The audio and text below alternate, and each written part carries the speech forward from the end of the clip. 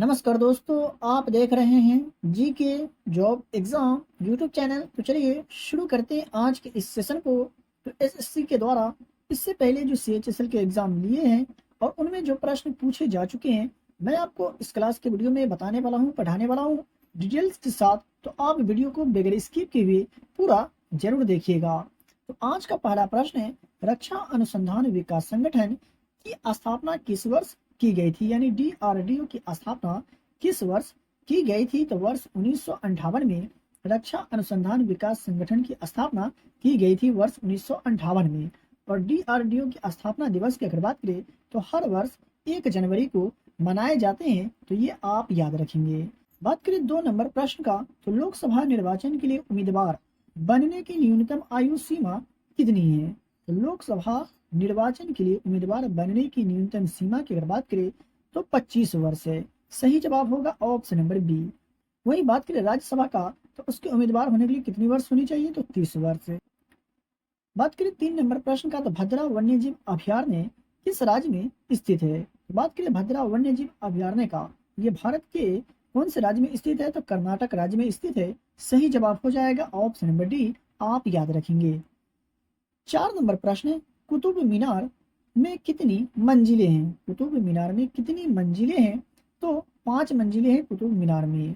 और दिल्ली के प्रथम मुस्लिम शासक कुतुबुद्दीन ऐबक ने 1200 ईस्वी में कुतुब मीनार का निर्माण प्रारंभ किया था, ये भी आप याद रखेंगे। और यह कहाँ स्थित है? तो दिल्ली में। देख लेते हैं दूसरे प्रश्न को। तो 5 नंबर प्रश्न है, कौन सा पर्वत भारत और नेपाल के मध्य स्थित है? यानी कहने का मतलब ये हुआ कि निम्न में से कौन सा पर्वत है जो भारत और नेपाल के बीच स्थित है?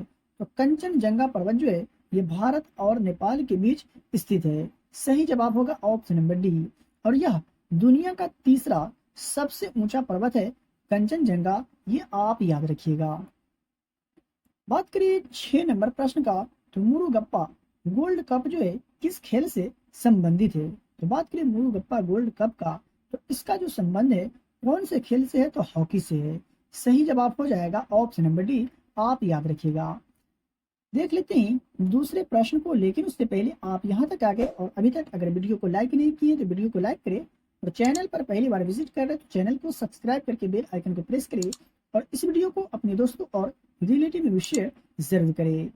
7 नंबर प्रश्न, भारत में समुद्री उत्पाद निर्यात विकास प्राधिकरण की स्थापना किस वर्ष में हुई थी? यानी MPEDA की स्थापना किस वर्ष में की गई थी? तो वर्ष 1972 में भारत में समुद्री उत्पाद निर्यात विकास प्राधिकरण की स्थापना की गई थी।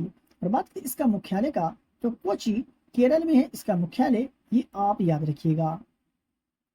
बात करें 8 नंबर प्रश्न का, तो कंदरिया महादेव मंदिर कहाँ स्थित है? कंदरिया महादेव मंदिर जो है कहाँ स्थित है? तो खजुराहो में स्थित है कंदरिया महादेव मंदिर। सही जवाब होगा ऑप्शन नंबर बी। और यह कौन से राज्य में है? तो मध्य प्रदेश राज्य में है, ये भी आप याद रखिएगा। आपसे प्रश्न इस तरह से भी पूछा जा सकता है कि कंदरिया महादेव मंदिर जो है भारत के कौन से राज्य में है? तो मध्य प्रदेश राज्य में है। आई होप कि आप समझ गए होंगे। देख लेते हैं दूसरे प्रश्न को। तो 9 नंबर प्रश्न है, लोहित नदी किसकी सहायक नदी है? लोहित नदी जो है निम्नलिखित में से किसकी सहायक नदी है? तो ब्रह्मपुत्र नदी की सहायक नदी है लोहित नदी।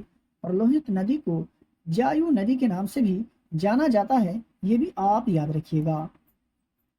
बात करें 10 नंबर प्रश्न का, तो ब्रोमीन के बारे में निम्नलिखित में से कौन सा कथन सही है? ब्रोमीन के बारे में निम्नलिखित में से कौन सा कथन जो है सही लिखी गई है, ये आपको बताना है पढ़ करके। तो अगर आपने चुना है ऑप्शन नंबर डी, तो बिल्कुल सही जवाब है।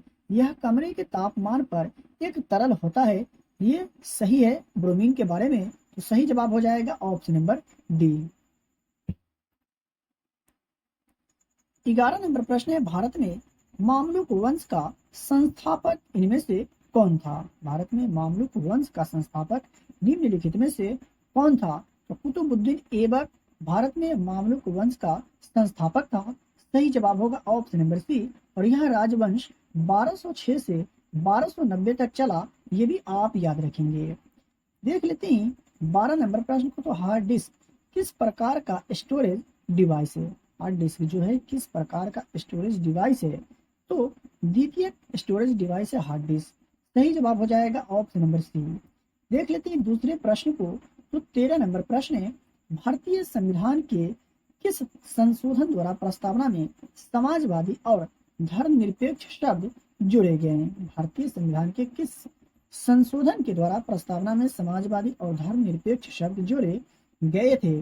तो 42वां संविधान संशोधन अधिनियम 1976 के द्वारा भारतीय संविधान की प्रस्तावना में समाजवादी और धर्मनिरपेक्ष शब्द जोड़े गए थे। तो ये आप याद रखिएगा, काफी बार यह जो प्रश्न एग्जाम में पूछे जा चुके हैं और आगे भी पूछा जा सकता है। 14 नंबर प्रश्न है, शीत युद्ध के बारे में निम्नलिखित में से कौन सा कथन सही नहीं है? शीत युद्ध के बारे में कौन सा कथन जो है सही नहीं है? दिए गए ऑप्शन में से ये आपको बताना है। तो अगर आपने चुना है ऑप्शन नंबर बी तो बिल्कुल सही जवाब है। यूएसएसआर और अमेरिका प्रत्यक्ष रूप से युद्ध में शामिल थे। सही जवाब होगा ऑप्शन नंबर बी, आप याद रखेंगे। देख लेते हैं अगला प्रश्न को। तो 15 नंबर प्रश्न है, डैश में ऊष्मा एक गर्म पदार्थ से ठंडे पदार्थ में ऊर्जा स्थानांतरण का एक प्रकार है। यानी किसमें जो है सो ऊष्मा का एक गर्म पदार्थ से ठंडे पदार्थ में ऊर्जा स्थानांतरण का एक प्रकार है। तो ऊष्मा गतिकी में ऊष्मा एक गर्म पदार्थ से ठंडे पदार्थ में ऊर्जा स्थानांतरण का एक प्रकार है। सही जवाब हो जाएगा ऑप्शन नंबर सी। देख लेते हैं दूसरे प्रश्न को। तो 16 नंबर प्रश्न है, किस विटामिन की कमी से रक्त संकलन नहीं होता है? किस विटामिन की कमी से रक्त संकलन जो है नहीं होते हैं? तो विटामिन के की कमी से। सही जवाब होगा ऑप्शन नंबर ए। तो बात करें विटामिन ए का, तो इसकी कमी से कौन सा रोग होता है? तो रतौंधी। ये भी आप याद रखेंगे। देख लेते हैं दूसरे प्रश्न को। तो 17 नंबर प्रश्न है, भारत और चीन सीमा के बीच की रेखा का क्या नाम है? यानी कहने का मतलब ये हुआ कि भारत और चीन के बीच की सीमा रेखा का क्या नाम है? तो मैकमोहन लाइन यानी मैकमोहन रेखा है भारत और चीन के बीच की सीमा रेखा का नाम। सही जवाब हो जाएगा ऑप्शन नंबर ए। देख लेते हैं दूसरे प्रश्न को। तो आज का 18 नंबर प्रश्न है, कौन सा एक एप्लीकेशन सॉफ्टवेयर है? देखिए ऑप्शन में से कौन सा एक एप्लीकेशन सॉफ्टवेयर है? तो MS वर्ड जो है एप्लीकेशन सॉफ्टवेयर है। सही जवाब होगा ऑप्शन नंबर डी, आप याद रखिएगा।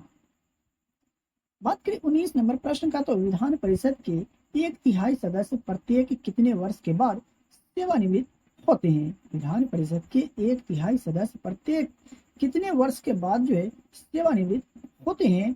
तो 2 वर्ष के बाद। ठीक है, याद रखिएगा। यहाँ पर सही जवाब होगा ऑप्शन नंबर सी। और MLC का कार्यकाल की अगर बात करें तो 6 वर्ष का होता है। ये भी आप याद रखेंगे। देख लेते हैं 20 नंबर प्रश्न। तो राजस्थान राज्य का वाद्य यंत्र करताल डैश की श्रेणी में आता है? यानी राजस्थान राज्य का वाद्य यंत्र करताल जो निम्नलिखित में से कौन सी श्रेणी में आता है? तो इडियोफोन श्रेणी में आता है। सही जवाब होगा ऑप्शन नंबर डी। बात करें राजस्थान का, तो सांभर झील जो है ये राजस्थान में ही स्थित है। ये भी आप याद रखेंगे। मेरे प्यारे साथियों, अगर आपको आज का क्लास का वीडियो पसंद आया हो तो वीडियो को लाइक करें और चैनल पर पहली बार विजिट करें तो चैनल को सब्सक्राइब करके बेल आइकन को प्रेस करें और इस वीडियो को अपने दोस्तों और रिलेटिव में शेयर जरूर करें। डेली की क्लास का फ्री में PDF प्राप्त करने के लिए वीडियो के डिस्क्रिप्शन में दिए गए टेलीग्राम चैनल को ज्वाइन करें। डेली की क्लास का फ्री में PDF प्राप्त करें। तो चलिए मिलते हैं फिर से एक नए वीडियो में।